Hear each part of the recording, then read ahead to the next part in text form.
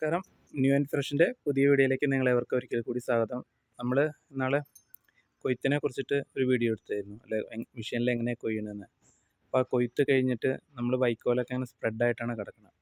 നമുക്കതിൽ ആ വീഡിയോയിൽ കാണാൻ പറ്റിയിട്ടുണ്ടാവും. അപ്പോൾ നമുക്ക് ആ വൈക്കോൽ എങ്ങനെ മെഷീനിൽ തന്നെ കെട്ടിയിട്ട് അത് റൗണ്ട് ആക്കിയിട്ട് എങ്ങനെ വരണം എന്നുള്ളൊരു വീഡിയോ നിങ്ങളിലേക്ക് എത്തിക്കാൻ വേണ്ടിയിട്ടാണ്. അപ്പോൾ നമുക്ക് വീഡിയോയിലേക്ക് കിടക്കാം.